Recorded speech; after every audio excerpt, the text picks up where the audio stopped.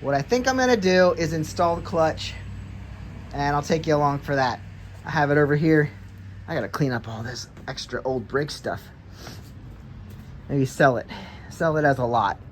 Over here, here's all the clutch pack that we had soaking in fresh oil.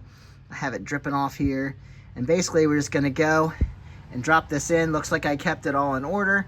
So this side goes in first, and this is our pressure plate. So anyway, this is gonna be on the outside. Let's go ahead and look. Here's our outer casing. If there's anything, I gotta go back and watch my video. Make sure if any of this goes in first, that I go ahead and do that. Obviously, some of these parts probably go in on top of this first. So let's watch my video and we'll go from there. Okay, now to put the clutch pack back in, you're gonna go through all this stuff. This goes on the end.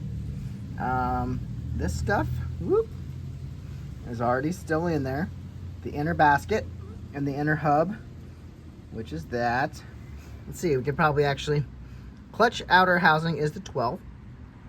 And then 11 and 10, we have a splined washer. 10 is a collar. So I think that stuff's still in here. Here is this. We're gonna go and use all the right terms. Here's our splined washer, and yep, okay, that locks on there. And then that guy. And then this kind of hovers in there, but you can see that's where the one disc sits. It locks into this, and the outer ones lock into the outer hub here. There's dirt on it. I have to blow that off. But I guess next, so we're up to here then, and we have all these guys to put in. Yeah, you know what? See, they are numbered differently. What's 5? Friction disc B. 6, clutch plate B laminated. 7 is the clutch plate A. And then 8 is the friction disc A. So hopefully all these are in order still, and they were put in here correctly. Notice these are not labeled, so they are just the same as the other ones. Okay. I can't break this out to see what it actually looks like. Maybe back in the other area. And then 4 is our clutch center. And then we have 3, washer, lock nut, clutch nut. Bearing, obviously these are springs. 18 is called lifter plate. That's what lifts to make this disconnect. So all of these are going to go in straight in this way. So we can pretty much just start putting these in here. I'll just set it here. I just wanted to make sure I wasn't missing anything.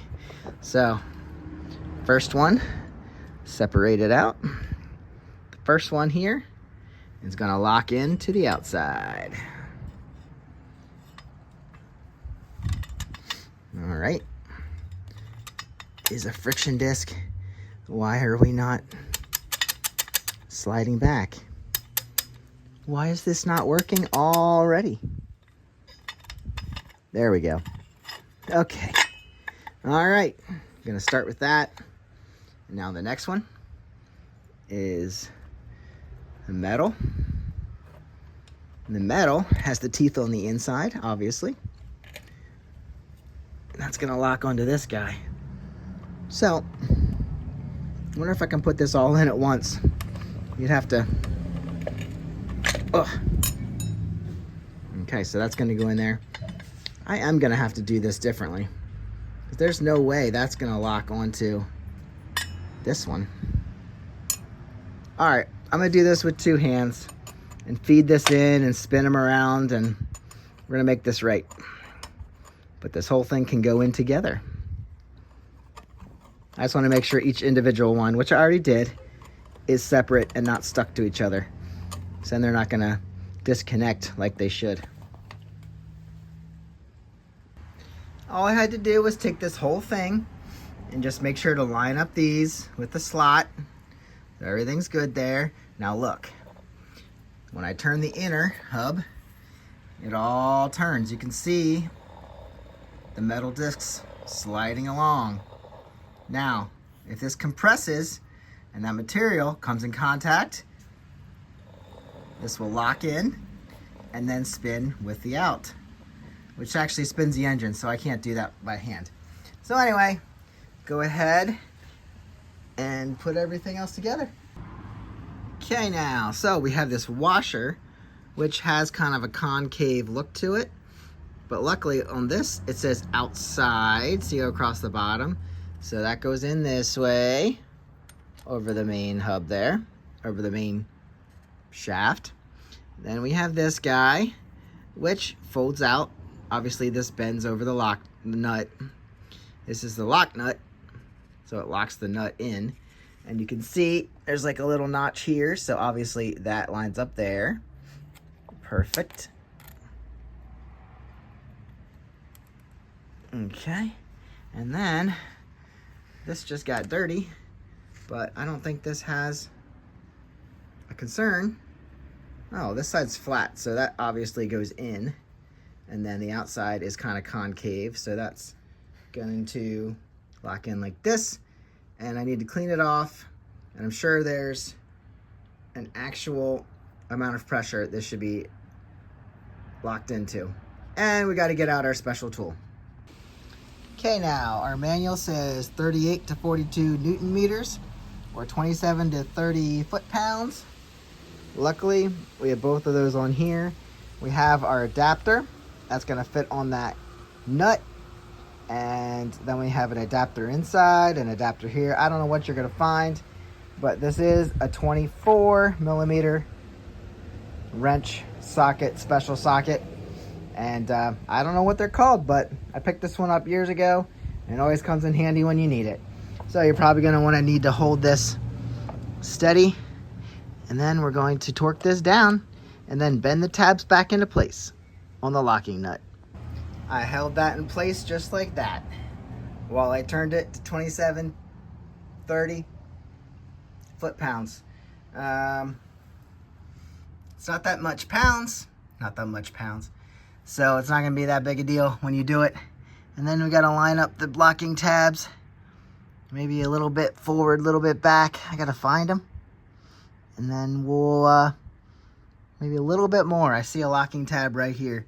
I forget if there was more than one, but if there is, let's line it up, fold them in. I got it lined up with the original tab, got her squeezed down in there. So now everybody's locked down and good to go. Time to put the lifter plate in, get all your springs lined up on there, and then we'll line this up. This bearing is probably supposed to be in the middle, set down inside here. Don't force it, but carefully squeeze that down in there. Got all the springs set up. Like I said, if you're doing this 100%, new springs or measure them. I'm not doing that. We're just trying to get this to work. If it slips, it slips. If it doesn't, great, we're good to go. And yes, set this bearing lightly, carefully down into that hole. Drop it straight in. It should slide. Get a little oil. Just don't force it. That sits down in there. And that is actually, see, there you go. And then all these bolts get bolted down in between, inside all of these springs. Do one this here, just like you're doing a wheel. This one, this one, this one, this one, this one, this one. And I like to do it, get them all in there, and then tighten them down. But I was looking for a torque spec. Just says tighten them down, doesn't have a torque spec. So they just go in there and do their thing.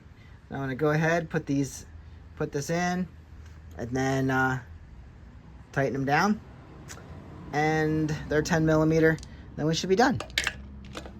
I'm gonna clean this up, and before we put this on, I'm probably gonna I don't have a gasket, so I guess, well, I don't want to take it back off. We gotta put gasket maker on there, then we'll smack it on. There's not a lot of oil in here, but it is a wet clutch, and oil does get in there, it's going to leak if you don't seal it up. So I should have a new gasket. I do not at the moment, so that's what we're dealing with.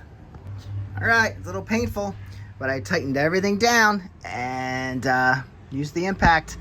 Gave it a little bit extra, but I went this one, dish one, dish one, dish one, until it just started to move, and then I just kept going around and tightening until it was fully pressed. So now this whole clutch basket is fully engaged.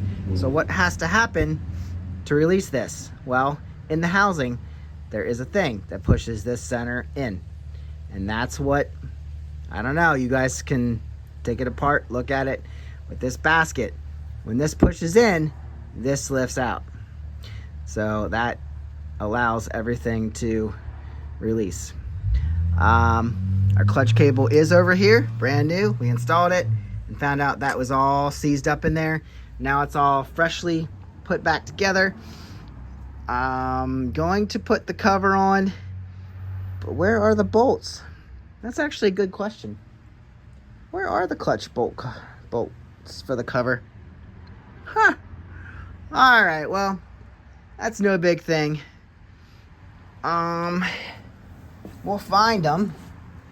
There's the tank. We're getting pretty far on this bike. New brakes are installed. Pads need installed so we can test out the brakes, and we need to bleed them. And we need to clean out the old fluid. That's something we'll do in the next video, I think. If you want to see that. If you don't, tell me that too in the comments. I'll just show you. There's our brakes, our brake pads. Show you the clutch cover here. Like I said, there's that little spot that was leaking. I'm gonna seal that up. I forget where that was. But here, when you turn, here's the thing. This sits right on the center, and that pushes on the center, and then it releases. So when you pull on your, see, it's gonna be installed this way. You're gonna pull your cable. You're gonna pull your cable, and that rocker in there pushes that up and releases your clutches. There we go, simple. And if it works, it works. Let's spray some cleaner in here. But again, I gotta find the bolts. Guys, that's long enough today. I'll see you in the next one. Let me know what you want to see next. I think I'm gonna sell that fender. We don't need a fender to ride it. Also, probably gonna sell this fender. We don't need a fender to ride this one either. These are Kawasaki Vulcans. So, guys, we got off a bunch of junk parts, put on new brake systems. Well, used, but according to the sellers, they work. And we got the clutches installed, and we're just gonna go find those bolts and look at putting this cover on. So that's it for today. Oh, I think I'll let the exhaust hang for now, just in case I have to pull that back off. So I'll see you in the next one. Get out and ride, or fix your CB900C. Thanks for watching. Have a great day.